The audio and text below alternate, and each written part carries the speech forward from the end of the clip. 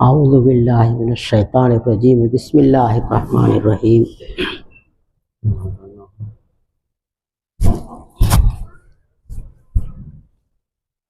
والذاریات ذروا فالحاملات وقرا فالجاریات یسرا فالمقسمات امرا انما توعدون لصادق وان الدین لواقع۔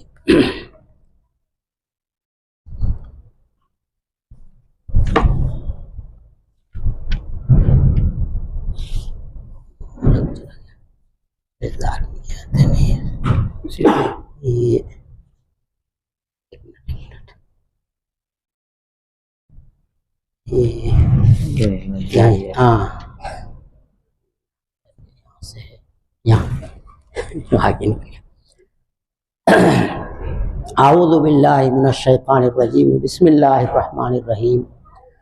هل أتاك حديث ضيف إبراهيم المكرمين إذ دخلوا عليه فقالوا سلاما قال سلام قوم منكرون فراغ إلى أهله فجاء بعجل سمين فقربه إليهم قال ألا تأكلون فأوجس منهم خيفة قالوا لا تخف وبشروه بغلام عليم۔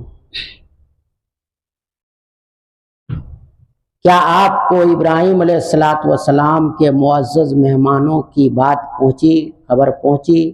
یعنی ابراہیم علیہ السلام کے معزز مہمانوں اور مکرم مہمانوں کی خبر آ چکی ہے، یعنی آپ کو پہنچ چکی ہے۔ استفہام یہاں پر جو ہے انکاری ہے، یعنی ابراہیم علیہ السلام کے پاس جو مہمان آئے، معزز مہمان، ان کی خبر آپ کو آ چکی ہے، لگ چکی ہے۔ اذ دخلوا علیہ، جب وہ ان کے پاس آئے، فقالوا سلاما، تو انہوں نے کہا سلام، یعنی السلام علیکم۔ قال سلام، تو ابراہیم علیہ السلام نے بھی کہا سلام، یعنی سلام، السلام علیکم۔ قوم منکرون، اجنبی لوگ لگتے ہیں۔ فراغ الی اہلی، پس ابراہیم علیہ السلام اپنے گھر والوں کے پاس گئے۔ فجاء بعجل سمین، پس وہ ایک موٹے بچھڑے کو لے کر کے آئے۔ اسی سمین کا ترجمہ دوسری جگہ میں حنیذ کا ہے، بھنا ہوا بچڑا، تو یہاں پر بھی ترجمہ ہمارے اردو کے جو مفسرین حضرات ہیں وہ کرتے ہیں بھنا ہوا بچڑا لے کر کے آئے، موٹا بھنا ہوا بچڑا لے کر کے آئے۔ فقربہ الیہم، ابراہیم علیہ السلام نے اس موٹے بچڑے کو، بھنے ہوئے بچڑے کو مہمانوں کے قریب کر دیا۔ قال الا تاکلون، فرمایا آپ لوگ کھا نہیں رہے ہیں، کھانا چاہیے، کھائیے۔ فاوجس منہم خیفۃ، ابراہیم علیہ السلام نے ان سے ڈر محسوس کیا۔ قالوا لا تخف، ان مہمانوں نے کہا لا تخف، مت ڈریے۔ وبشروہ بغلام علیم، اور ان کو عالم لڑکے کی خوشخبری سنائی۔ بغلام علیم، جاننے والے، مراد سے عالم ہے، عالم لڑکے کی خوشخبری سنائی۔ یہ ہمارے پروردگار عالم نے ان آیات میں ابراہیم علیہ السلام کے پاس جو کچھ مہمان آئے، اور وہ مہمان فرشتے تھے، ان کا تذکرہ فرمایا ہے۔ تو یہ ایک واقعہ، لیکن ہمارے اور آپ کے لیے اس میں بہت سے مسائل ہیں جس پر توجہ کرنے کی ضرورت ہے۔ تو سب سے پہلی چیز یہ ہے کہ یہ سمجھے کہ ابراہیم علیہ السلام کون تھے۔ ابراہیم علیہ السلام ابو الانبیاء کہلاتے ہیں، نبیوں کے باپ کہلاتے ہیں۔ ابراہیم علیہ السلام کی نسل جو ہے دو طرح سے چلی ہے۔ ایک حضرت اسماعیل علیہ السلام کے ذریعے سے نسل چلی، جس میں ہمارے حضور اکرم صلی اللہ علیہ وسلم تشریف لائے، اور ایک نسل حضرت ابراہیم علیہ السلام کی حضرت اسحاق علیہ السلام کے ذریعے سے چلی۔ تو اسحاق علیہ السلام ابراہیم علیہ السلام کے بیٹے، اور ان کے بعد حضرت یعقوب ان کے بیٹے، حضرت یعقوب کے بیٹے حضرت یوسف علیہ السلام، تو اس کے بعد پھر جو ہے نبیوں کا ایک سلسلہ چلا ہے، موسیٰ علیہ السلام، حضرت عیسیٰ علیہ السلام، اور ہزاروں انبیاء علیہ السلام بنو اسرائیل کے اندر آئے، وہ سب حضرت اسحاق علیہ السلام کی نسل میں سے آئے۔ یہاں پر یہ بات یاد رکھنی چاہیے ہم لوگوں کو کہ حضرت ابراہیم علیہ السلام کی دو بیویاں تھیں، ایک ہاجرہ تھی اور ایک سارہ۔ تو ہاجرہ سے حضرت اسماعیل علیہ السلام کی ولادت ہوئی، اور اسماعیل علیہ السلام کی اولاد میں ہمارے حضور اکرم صلی اللہ علیہ وسلم آتے ہیں۔ اور حضرت سارہ کے بارے میں ہے کہ ان کی اولاد حضرت اسحاق علیہ السلام، اور حضرت اسحاق علیہ السلام کے بعد یعقوب علیہ السلام،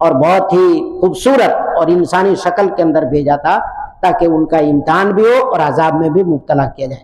بہرحال وہ تینوں فرشتے تھے اور نوجوان تھے، حسین و جمیل تھے، خوبصورت تھے، حضرت ابراہیم علیہ السلام کے یہاں پہنچا تھے۔ فقالوا سلاما، ان لوگوں نے آ کر کے کہا سلام، یعنی السلام علیکم ورحمۃ اللہ وبرکاتہ، جو ہم لوگ کہتے ہیں السلام علیکم کہا۔ یہاں پر نحوی اعتبار سے بحث ہو گئی ہے کہ سلام صرف سلام کہا، تو یہ یاد رکھیے کہ محاورے کے اعتبار سے سلام کہا، مطلب یہ کہ السلام علیکم ہی کہا۔ تو ان فرشتوں نے آ کر ابراہیم علیہ السلام کو کہا السلام علیکم، قال سلام، تو ابراہیم علیہ السلام نے بھی کہا سلام، یعنی السلام وعلیکم السلام، جو ہمارے یہاں ہے وہی وہاں بھی یہ سلام کا جواب دیا۔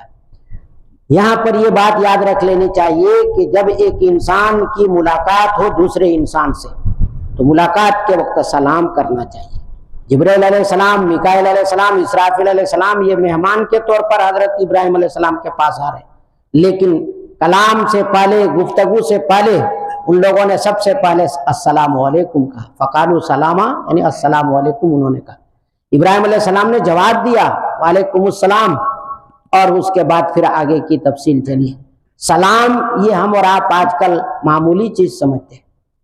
حضور اکرم صلی اللہ علیہ وسلم جب ہجرت کر کے مدینہ منورہ تشریف لے گئے تو حضرت عبداللہ ابن سلام یہ توریت کے حافظ تھے، توریت مکمل ان کو یاد تھی، توریت کے حافظ تھے، بڑے نیک، بڑے صالح تھے۔ حضور اکرم صلی اللہ علیہ وسلم جب مدینہ منورہ پہنچے تو بہت سارے لوگ دیکھنے کے لیے، زیارت کے لیے آئے۔ عبداللہ ابن سلام کہتے ہیں کہ میں بھی حضور صلی اللہ علیہ وسلم کو دیکھنے کے لیے، زیارت کے لیے پہنچا۔ تو سب سے پہلی بات جو ہمارے حضور اکرم صلی اللہ علیہ وسلم نے فرمائی، اور جو سب سے پہلی بات میں نے حضور صلی اللہ علیہ وسلم سے سنی، وہ یہ ہے کہ حضور اکرم صلی اللہ علیہ وسلم کے بارے میں وہ فرماتے ہیں افشوا السلام، سلام کو پھیلاؤ، سلام کو عام کرو، واتموا الطعام، اور لوگوں کو کھانا کھلاؤ، اور اس کے بعد کہا وصلوا الارحام، صلہ رحمی کرو، رشتہ داروں کے ساتھ اچھا سلوک کرو، وصلوا باللیل والناس نیام، رات کو تم اس وقت نماز پڑھو جب سارے لوگ محو خواب ہوں، سب لوگ سو رہے ہوں۔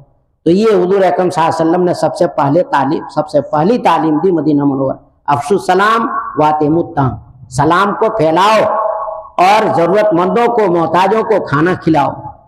اس کے بعد آگے پھر تفصیلات ہیں۔ تو اس حدیث پاک میں حضرت عبداللہ ابن سلام کہتے ہیں کہ سب سے پہلی بات جو میں نے حضور صلی اللہ علیہ وسلم سے سنی وہ یہی ہے کہ افشوا السلام واتموا الطعام، لوگوں میں سلام کو پھیلاؤ اور کھانا کھلاؤ۔ سلام ایک چیز یاد رکھ لیجئے، گھروں میں بھی چھوٹے بچوں کو عادت ڈالیے، سلام کرنے میں کوئی انسان کو تکلیف نہیں ہوتی ہے۔ اب ہمارا ایک ساتھی مل گیا السلام علیکم ورحمۃ اللہ وبرکاتہ کہہ دیا، اتنا کہنے پر انسان کو 30 نیکیاں ملتی، جس کو آج کل کہتے ہیں فری فنڈ، یعنی مفت میں، یعنی بالکل بغیر مشقت اور محنت کے السلام علیکم ورحمۃ اللہ وبرکاتہ ہم نے اور آپ نے کسی کو کہہ دیا اور اس نے جواب دے دیا، تو یاد رکھیے کہ سلام کرنے پر انسان کو 30 نیکیاں ملے گی۔ اب یہ قیامت کے دن میدان محشر میں آدمی کو محسوس ہوگا، احساس ہوگا کہ 30 نیکیاں، آج تو ہم لوگ کچھ اس کو نہیں سمجھتے، میدان محشر میں ایک ایک نیکی کے لیے تو لوگ ترس جائیں گے، ایک ایک نیکی کے لیے ادھر سے ادھر پھر رہے ہوں گے کہ ہم کو چند نیکیاں مل جائے تاکہ ترازو کا پلڑا جھک جائے۔ اس گھڑی میں نیکیوں کے لیے لوگ ترس جائیں گے۔ تو اس کو یاد رکھ کر کے ہم لوگوں کو یہ سوچنا چاہیے کہ بھائی جب السلام علیکم ورحمۃ اللہ وبرکاتہ کسی کو سلام کرنے پر 30 نیکیاں مل رہی تو ہم اس کو کیوں ضائع کریں؟ آدمی کو جہاں بھی کوئی اپنا رشتہ دار، غیر رشتہ دار مسلمان مل جائے فوراً سلام کرنا چاہیے، سلام کے بدلے میں اس کو اجر و ثواب ملے گا۔ تو یہ حضرت ابراہیم علیہ السلام کے مہمانوں نے سلام کیا، اور پھر اس کے بعد حضرت ابراہیم علیہ السلام نے اس کا جواب دیا۔ اب اس کے بعد آگے کہتے ہیں قوم منکرون، اجنبی لوگ لگتے ہیں۔ ابراہیم علیہ السلام نے جب ان فرشتوں کو دیکھا جو بہت ہی نوجوان اور حسین و جمیل خوبصورت تھے، مہمان بن کر کے آئے، تو ابراہیم علیہ السلام پہچان نہیں سکے، دور سے آئے اور ان کو پہچان نہیں سکے، حقیقت میں یہ فرشتے تھے۔ تو دل میں کہنے لگے قوم منکرون، یہ اجنبی لوگ لگتے ہیں، پہچان میں نہیں آ رہے ہیں، کہاں سے آئے، کون ہے، اجنبی لوگ لگتے ہیں۔ منکر یعنی اجنبی لوگ، اوپرے لوگ لگتے ہیں۔ اب یہ زیادہ تحقیق کیے بغیر مہمانوں کو بٹھا دیا گھر میں، مہمان خانے میں اور گھر والوں کے پاس پہنچ گئے. فراغ الی اہلی، پھر گئے وہ اپنے گھر والوں کے پاس. فجاء بعجل سمین، اور ایک بچڑا بھنا ہوا لے کر کے آ گئے. اب یہاں پر دیکھیے کہ مہمانوں کو بٹھا دیا اور پھر اس کے بعد جو ہے گھر میں تشریف لے گئے. بچڑے کو یعنی موٹا تازہ بچڑا، یعنی دبلا پتلا موٹا تازہ بچڑا بھون کر کے تیار کر کے لے کر کے آ گئے اور ان کے سامنے لا کر کے رکھ دیا. اس میں کیا کیا احکام ہے، کیا کیا چیزیں ہیں، وہ بعد میں بھی بتاتا ہوں. فقربہ الیہم، اب یہ چونکہ فرشتے تھے لیکن انسانی شکل میں آئے تھے، ابراہیم علیہ السلام بھی نہیں پہچان سکے کہ فرشتے ہیں، تو انسانی شکل میں آئے تھے. فقربہ الیہم، اس بچڑے کو ان کے قریب کر دیا. بچڑا تل کر کے بھن کر کے لائے اور لا کر کے سامنے کر دیا، قریب کر دیا. اب یہ لوگ ہاتھ نہیں بڑھا رہے، کھا نہیں رہے. تو ابراہیم علیہ السلام کہنے لگے الا تاکلون، کیوں آپ لوگ کھا نہیں رہے؟ کھائیے، کھانا رکھ دیا گیا ہے، کھانا آ گیا، کھائیے، کیوں نہیں کھاتے؟ یہ حضرت ابراہیم علیہ السلام نے کہا. پھر اس کے بعد جب انہوں نے ہاتھ نہیں بڑھایا اس کہنے کے باوجود، تو ابراہیم علیہ السلام نے اپنے دل میں یہ سوچا کہ شاید یہ ہمارے دشمن ہیں، اسی لیے ہاتھ نہیں بڑھا رہے، کھا نہیں رہے. اگر پہلے زمانے میں حضرت ابراہیم علیہ السلام کے زمانے میں دستور یہ تھا، ماحول یہ تھا کہ اگر کوئی کسی کے گھر پر پہنچ جاتا اور ایک لقمہ بھی اگر اس گھر میں سے کھا لیتا تو شرافت اتنی تھی کہ وہ گھر والے کو کبھی تکلیف نہیں پہنچاتے. تو اس لیے ابراہیم علیہ السلام نے جب دیکھا کہ ہاتھ نہیں بڑھا رہے، کھا نہیں رہے، تو اپنے دل میں ایک ڈر محسوس کیا کہ شاید یہ میرے دشمن ہیں اور یہ مجھے کچھ نقصان پہنچانے کے لیے آئے ہیں. فوجس منہم خیفہ، ان سے انہوں نے ڈر محسوس کیا. ڈر اس لیے محسوس کیا کہ جب کھا نہیں رہے تو اس کا مطلب دشمن ہے، مجھے تکلیف پہنچا سکتے ہیں، یہ تکلیف پہنچانے کے لیے آئے. فرشتوں کو بھی جب یہ محسوس ہو گیا اور یہ پتا چل گیا کہ ابراہیم علیہ السلام دل میں ڈر محسوس کر رہے ہیں، تو پھر انہوں نے اپنے بارے میں اظہار کر دیا. قالوا لا تخف، فرشتوں نے کہا کہ ابراہیم ڈرنے کی ضرورت نہیں ہے، ہم تو اللہ کی جانب سے بھیجے ہوئے فرشتے ہیں، اور آپ کو ایک عالم لڑکے کی، عالم اس لیے یہاں پر عالم علم والا ترجمہ، عالم اس لیے ترجمہ کیا گیا کہ نبی کے گھر میں جو بچہ پیدا ہونے والا تھا وہ حضرت اسحاق علیہ السلام تھے، اور اسحاق علیہ السلام نبی، اور نبی عالم بھی ہوتے اور اپنے بہت زیادہ مسائل اور احکام کو جاننے والے بھی ہوتے. تو عالم لڑکے کی خوشخبری انہوں نے ان کو دے دی. تو ظاہر بات ہے کہ حضرت اسحاق علیہ السلام کی خوشخبری دے رہے ہیں جو نبی ہونے والے ہیں، اور نبی بھی عالم ہوتے ہیں. یہ گویا کہ ہے یہاں پر. اب یہاں پر دیکھیے ابراہیم علیہ السلام کے سلسلے میں ہے کہ ان کی بہت ساری سنتیں، چونکہ ابراہیم علیہ السلام کی شریعت چلی ہے بنو اسرائیل میں بھی، اور حضور اکرم صلی اللہ علیہ وسلم بھی حضرت ابراہیم علیہ السلام کی اولاد میں سے، تو ابراہیم علیہ السلام کی بہت ساری سنتیں حضور صلی اللہ علیہ وسلم کی شریعت میں بھی ہے، اور بنو اسرائیل میں بھی حضرت ابراہیم علیہ السلام کی سنتیں رہی. اب جیسے دیکھ لیجئے قربانی کا زمانہ آتا ہے.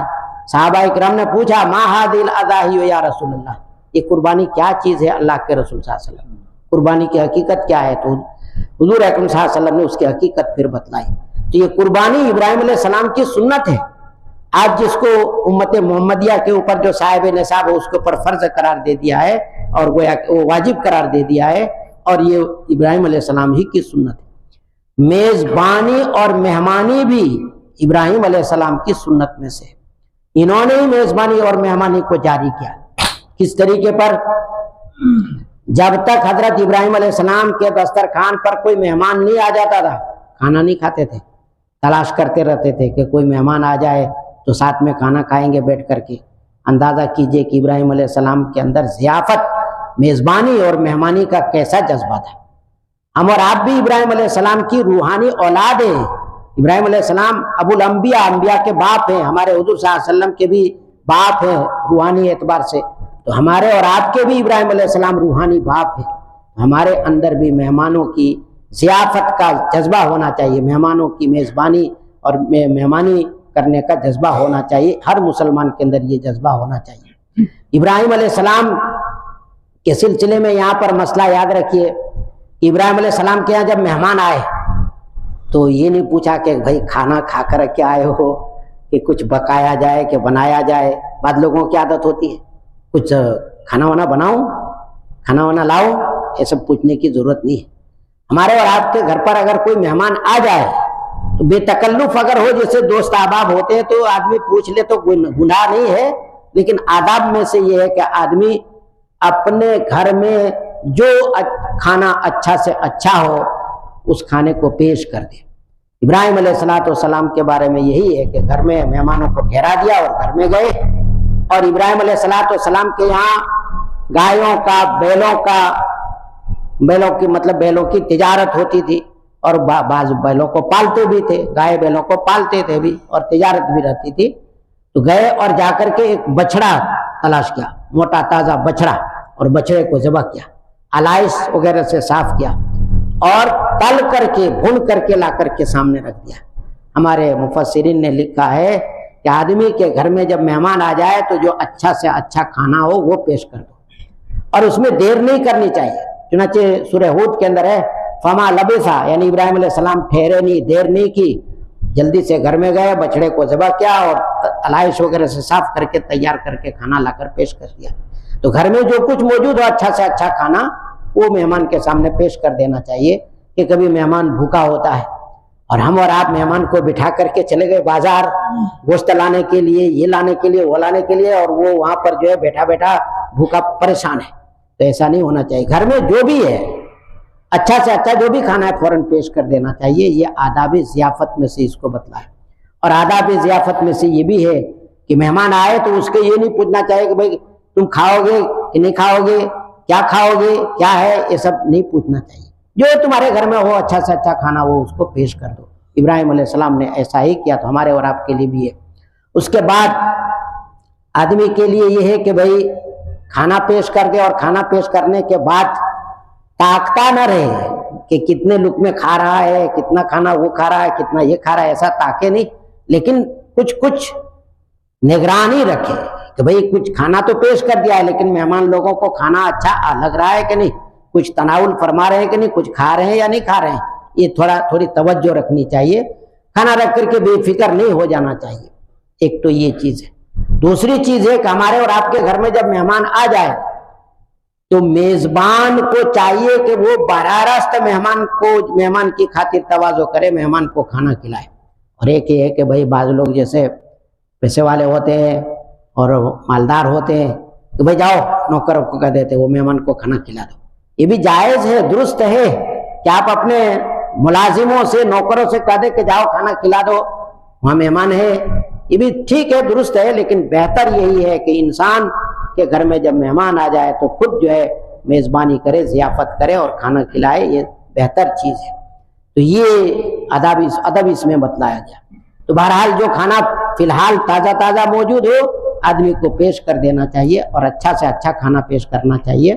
فجاء بعجل سمین، موٹا تازہ بچڑا بھون کر کے لائے، یہ نہیں کہ بڈھا بیل یا بڈھی گائے، یہ نہیں، موٹا تازہ بچڑا بھون کر کے تل کر کے لائے اور لا کر کے پیش کیا۔ تو یہ ضیافت، میزبانی اور مہمانی، یہ حضرت ابراہیم علیہ السلام کی سنت ہے۔ آدمی جب مہمان کی میزبانی کرتا ہے، ضیافت کرتا ہے، تو اس کے بارے میں کہ اس کا بڑا اجر و ثواب ہے۔ حدیث پاک میں حضور اکرم صلی اللہ علیہ وسلم نے فرمایا من کان یؤمن باللہ والیوم الآخر فلیکرم ضیفہ، جو اللہ پر اور آخری دن پر یعنی قیامت کے دن پر ایمان رکھتا ہو اس کو چاہیے کہ وہ اپنے مہمان کا اکرام کرے، تعظیم و تکریم کرے، اچھا سے اچھا جو گھر میں کھانا ہو وہ کھلائے، اچھی سے اچھی تعظیم کرے، اچھا سے اچھا اکرام کرے۔ یہ ہمارے حضور اکرم صلی اللہ علیہ وسلم نے فرمایا من کان یؤمن باللہ والیوم الآخر فلیکرم ضیفہ۔ واقعات تو مستند بہت سارے ہیں، لیکن یہاں پر میں ایک چھوٹا سا واقعہ عرض کرتا ہوں۔ ابو ذر غفاری رضی اللہ تعالیٰ، حضرت ابو ذر غفاری اللہ تعالیٰ عنہ حضور اکرم صلی اللہ علیہ وسلم کے بڑے جلیل القدر صحابی ہوتے، وہ بڑے ان کے حالات عجیب و غریب تھے۔ وہ مدینہ میں عصا لے کر کے پھرتے تھے کہ تمہارے گھر میں سونا چاندی ہے نکالو جلدی۔ الذین یکنزون الذهب والفضة کے ماتحت کہتے ہیں سونا چاندی گھر میں رکھنا حرام ہے، سونا چاندی نکالو، ادھر جا رہے سونا چاندی ہے نکالو۔ اب دوسرے اور اموال آدمی رکھے تو اس کے بارے میں بھی کچھ لوگوں نے لکھا ہے کہ کسی کے گھر میں گیہوں پڑا ہوا ہو، چھوارے ہو، کھجور ہو تو وہ بھی نکلوا دے، ایسی بات نہیں تھی۔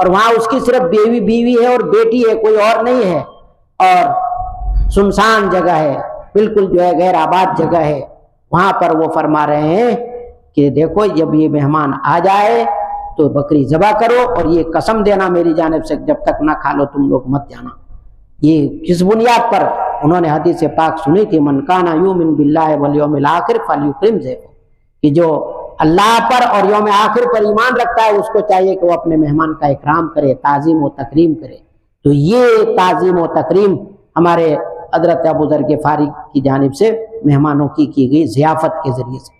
امت کو تعلیم ہے ان واقعات کے اندر کہ تمہارے اندر بھی مہمانی کا جذبہ ہونا چاہیے، غریب ہو، فقیر ہو، محتاج ہو، جیسا بھی ہو، جو بھی مالدار ہو، ہر ایک کے اندر اپنی اپنی حیثیت کے مطابق مہمانی اور میزبانی کا جذبہ ہونا چاہیے، مہمانی کرنی چاہیے، اور جو ہمارے مہمان ہو جائے ان کا اکرام کرنا چاہیے، ان کو کھلانا پلانا چاہیے۔ یہ واقعے میں ابراہیم علیہ السلام کے سلسلے میں ہمارے علامہ قرطبی رحمۃ اللہ علیہ نے ایک اسرائیلی روایات سے ایک واقعہ لکھا ہے، چھوٹا سا ہے، مختصر سے آپ لوگ سنتے رہتے ہیں، وہ عرض کر دیتا ہوں، وقت تو ہو چکا ہے، آئندہ کل رکھیے۔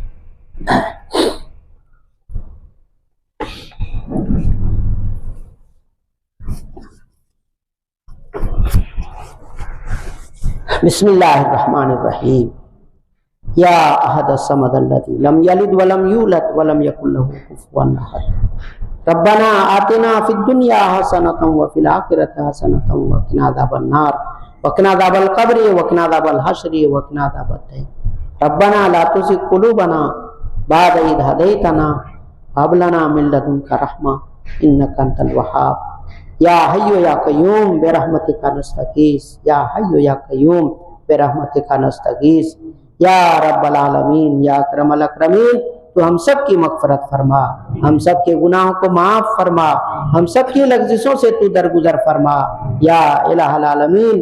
یہ رمضان المبارک کا مہینہ ہے، یا اللہ یہ مبارک گھڑیاں ہے، یا اللہ اس رمضان المبارک کے مہینے میں ہم سب تیرے دربار میں ہاتھ اٹھائے ہوئے، یا اللہ تو ہم سب کی دعاؤں کو قبول فرما، ہم سب کی مغفرت فرما، ہم سب کے گناہوں کو معاف فرما، یا الہ العالمین۔ رمضان المبارک کے لمحہ لمحہ کی قدردانی کی توفیق نصیب فرما، ہم سب کو تلاوت کی توفیق نصیب فرما، روزہ رکھنے کی توفیق نصیب فرما، یا الہ العالمین، یا اکرم الاکرمین۔ ہم سب کی ان دعاؤں کو حضور اکرم صلی اللہ علیہ وسلم کے صدقے اور توفیل میں قبول فرما، صلی اللہ تعالی علی خیر خلقہ محمد وآلہ وصحبہ اجمعین برحمتک یا